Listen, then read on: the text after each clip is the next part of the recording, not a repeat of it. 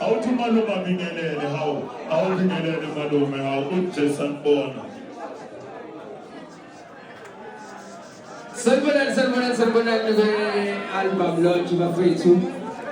Mina nje ngicela on behalf of Independent Records labels ngicela ukuthi ngibongele iNkabi Records ukuthi ikwazi ukuthi survive.